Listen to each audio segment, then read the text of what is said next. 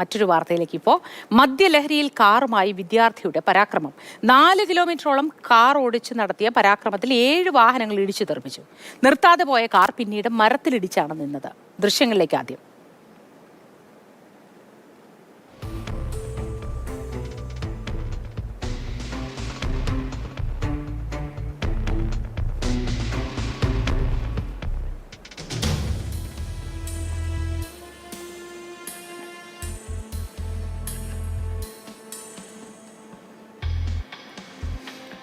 Shinoj S വിശദവിവരങ്ങളുമായി ചേർന്നു. Shinoj, good morning. ഇതാരാണ് വാഹനം ഓടിച്ചിരുന്നത്? വിദ്യാർത്ഥിയായിരുന്നു, മദ്യലഹരിയിലായിരുന്നു എന്ന് പറയുന്നു. ഇതുമായി ബന്ധപ്പെട്ട വിശദാംശങ്ങൾ എന്തൊക്കെ ഷിനോജ്?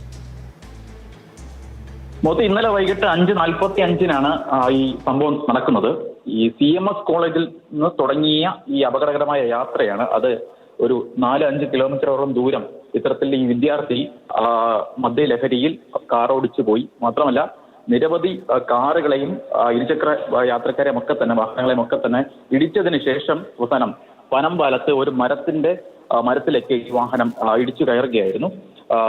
പലയിടത്ത് വെച്ച് പല വാഹനങ്ങളിൽ ഈ ഇടിക്കുന്നുണ്ട്.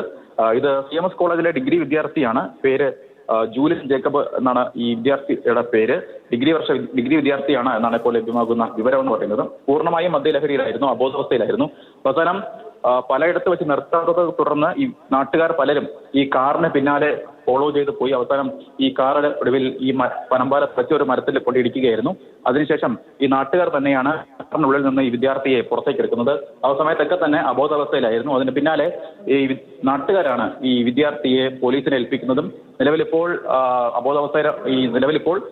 ഈ വിദ്യാർത്ഥി കോട്ടയം മെഡിക്കൽ കോളേജ് ആശുപത്രിയിൽ ചികിത്സയിലാണ്. എന്തായാലും പോലീസ് കസ്റ്റഡിയിൽ എടുത്തിട്ടുണ്ട്. കോട്ടയം ഇന്നലെ വൈകിട്ട് 5:45-നാണ് ഈ സംഭവം നടക്കുന്നത്. പൂർണ്ണമായും മദ്യലഹരിയിലായിരുന്നു എന്നാണ് പോലീസിൽ നിന്നും. അത് ഈ യാത്ര കാണുമ്പോൾ തന്നെ അറിയാം, പൂർണ്ണമായും മദ്യലഹരിയിലായിരുന്നു. എന്തായാലും അപകടകരമായ ഡ്രൈവിംഗ് വകുപ്പുകൾ ഉൾപ്പെടെ ചേർത്തുകൊണ്ട് പോലീസ് ഇപ്പോൾ കേസ് എടുത്തിട്ടുണ്ട്. ശരി, ഷിനോജ് എസ് വിശദവിവരങ്ങൾ നൽകിയത്. വിദ്യാർത്ഥിയുടെ പരാക്രമമാണ് നമ്മൾ ദൃശ്യങ്ങളിൽ കണ്ടത്. വിവിധ വാഹനങ്ങളൊക്കെ ഇടിച്ചു തെറിപ്പിച്ച് ഒടുവിൽ മരത്തിലിടിച്ചു നിൽക്കുകയായിരുന്നു. നാട്ടുകാരൊക്കെ പിന്നാലെ പോയിരുന്നു. ഇത് നിർത്താത്തതിനാൽ പിന്നാലെ പോയി. ആളെ കാണുമ്പോഴും അബോധാവസ്ഥയിൽ തന്നെയായിരുന്നു ലഹരി ഉപയോഗത്താൽ. ഏതായാലും പോലീസ് കസ്റ്റഡിയിലെടുത്ത് ആശുപത്രിയിൽ പ്രവേശിപ്പിച്ചിട്ടുണ്ട്. ചികിത്സയിലാണെന്നാണ് നിലവിൽ അറിയാൻ കഴിയുന്ന വിശദവിവരം.